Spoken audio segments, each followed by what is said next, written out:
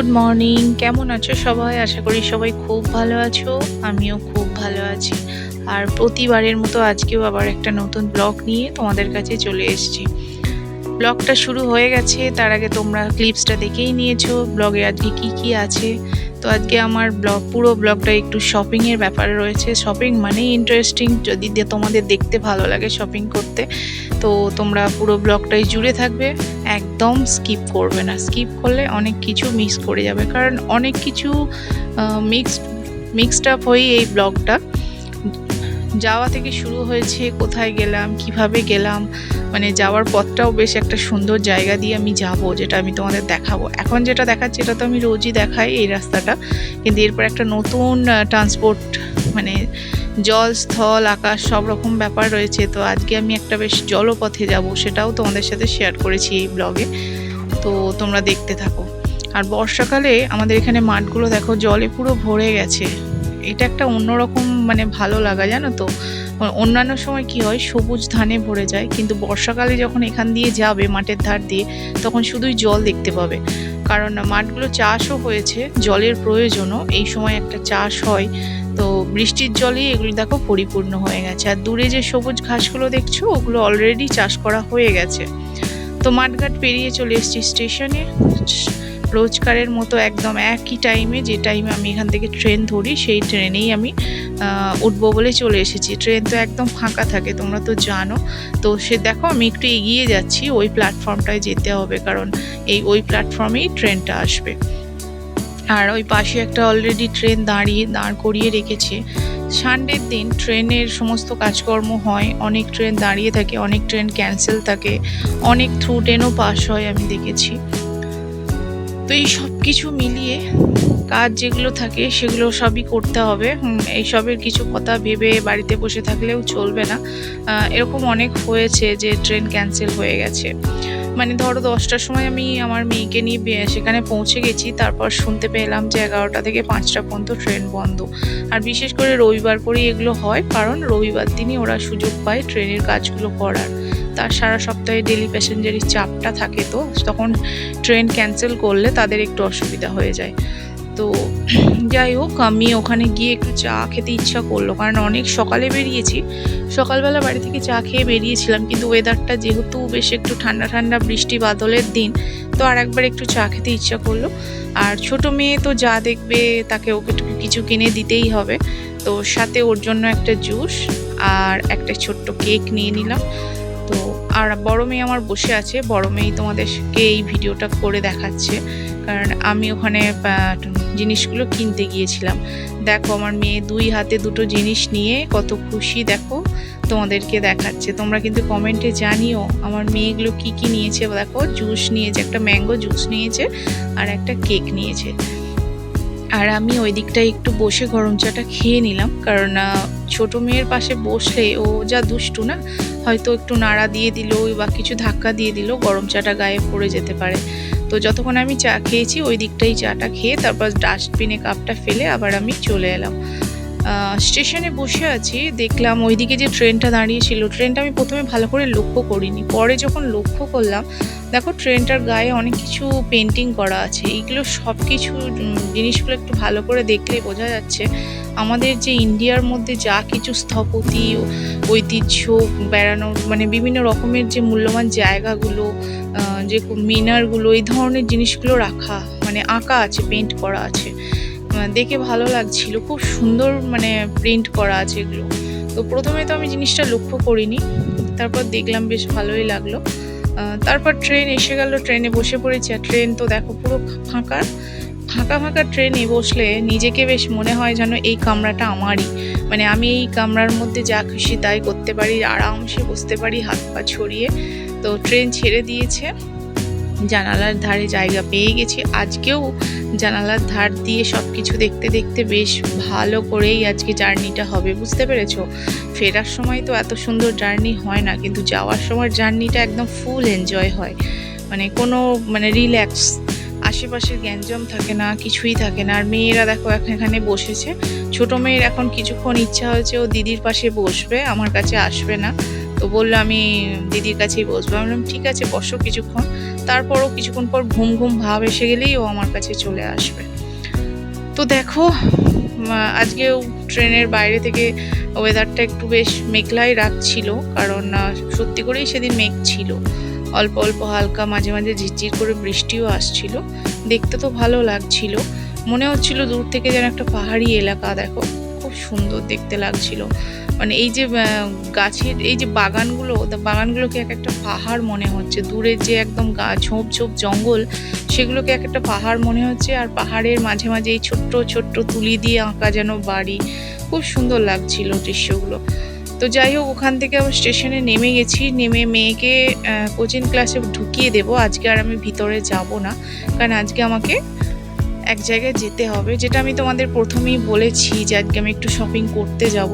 তো আমার হাজব্যান্ড পিছনে আসছে, আগে আমি চলে এসেছি, কারণ আমি আগে এসে আমার মেয়েকে টাইমে ঢুকিয়ে দেবো। আমার হাজব্যান্ডের একটু জরুরি কাজ ছিল, সেই জন্য পরের ট্রেনে এসেছে।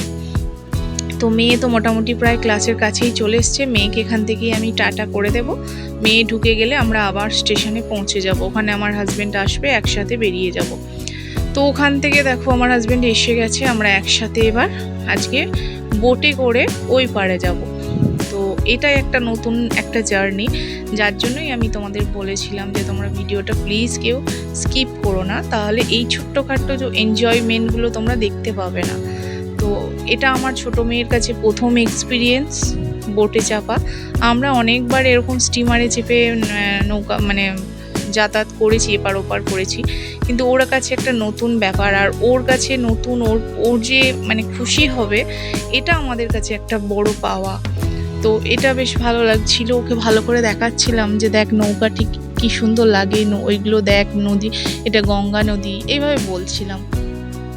তারপর মেয়ের মাথায় কয়েন ঠেকিয়ে জলে ফেলে দেওয়া। তো এটা যখন বলা হলো, ও বললো আমি ফেলবো, আমি কয়েনটা জলে ফেলবো। তো যাই হোক, এইভাবে এনজয় করতে করতে আমরা আমাদের গন্তব্যস্থলে পৌঁছানোর দিকে এগিয়েই চলেছি। আর কিছুক্ষণ তারপর আমরা যেখানে শপিং করতে যাচ্ছি সেখানে পৌঁছে যাব। তো তোমাদের জানি না ঠিক কীরকম লাগছে, যদি ভালো লাগে অবশ্যই তো লাইক করবেই হয়তো, আর কমেন্টও করো যদি ভালো লাগে। আমি কাউকে ফোর্স করছি না, যাদের ভালো লাগবে তারা অবশ্যই লাইক করে আমার পাশে থেকো, আর ছোট্ট একটা কমেন্ট আমাকে করে যেও।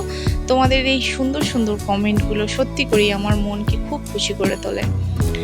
দেখো আমরা কিন্তু চলে এসেছি মলে এসে মেয়ে ভাবছে কোন ট্রলিটা নিয়ে ও যাবে, মানে এই ট্রলিটাতে কি ভরবে সেটার থেকে ইন্টারেস্টটা, মানে সেটার থেকে বেশি ইন্টারেস্ট হচ্ছে ট্রলিটাকে ও নিজে ঠেলে নিয়ে যাবে গাড়ির মতো করে। এটা ওর একটা বেশ আলাদা এনার্জি। দেখো এখানে ও ধরে দাঁড়িয়ে আছে আর আমরা জিনিসপত্র সব ওর মধ্যে ভরছি, মানে ও গাড়িটা ঠেলবে, এটাই ওর কাছে একটা নতুন আনন্দ।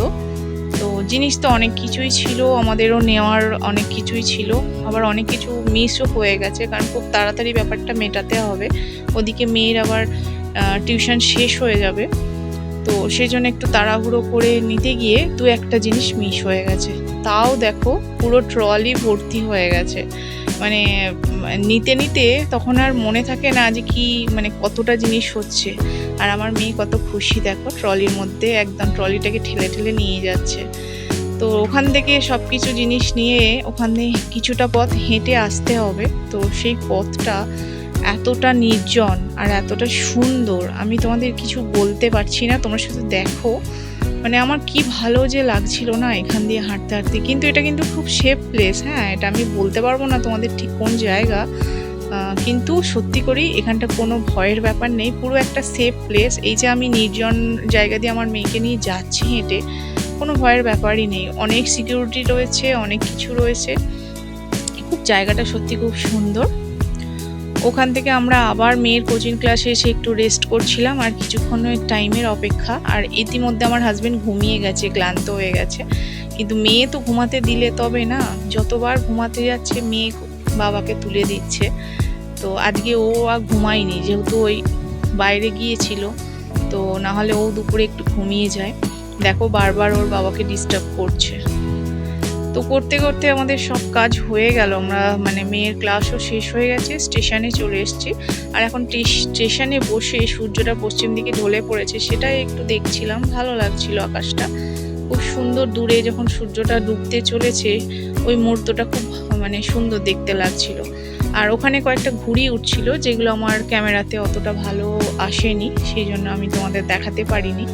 একটা ট্রেন এলো, এই ট্রেনটায় আমরা যাব না, কারণ এরপরে আর একটা ট্রেন আসবে, সেই ট্রেনটায় আমরা যাব। তো ট্রেনের টাইমটা একটু লেট থাকে, সেই জন্য আমাদের স্টেশনে কিছুক্ষণ বসতে হয়, কিন্তু ট্রেনের মধ্যে ভিড়টা প্রচুর পরিমাণে থাকে। তো যাই হোক, ওখান থেকে আমাদের স্টপেজেও আমরা চলে এসেছি। ট্রেনে নেমে আমরা দেখো টোটো চেপে পড়েছি, বুঝতেই পারছো চারিদিকে লাইট জ্বলছে, মানে রাত হয়ে গেছে বাড়ি ফিরতে ফিরতে। প্রতিদিন আমাদের এরকমই হয়, অনেকটা রাত হয়ে যায়, সেই জন্য খুবই ক্লান্ত থাকি। সেদিন আর কারোর মানে কিছুই করা হয় না। তো বাড়ি এসে জিনিসপত্রগুলো ব্যাগ থেকে আনলোড করলাম, এগুলোকে আবার নতুন করে তুলে রাখতে হবে সব জায়গায় জায়গায় প্রত্যেকবারের মতো। আর কি কি জিনিস নিয়েছি তোমাদেরকেও একটু শেয়ার করে দিলাম, তোমরা দেখে নাও কি কি আমি নিয়েছি।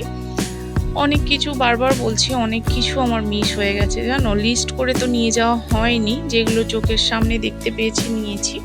দেখো একটা মিল্ক মেড নিয়েছি, আর এই যে দেখছো আমার এটা মানে দেখে ভালো লাগলো, এটা আমি ইউজ করিনি কখনো, তো একবার করবো। মামা আর্থের একটা উপটন ফেস ওয়াশ।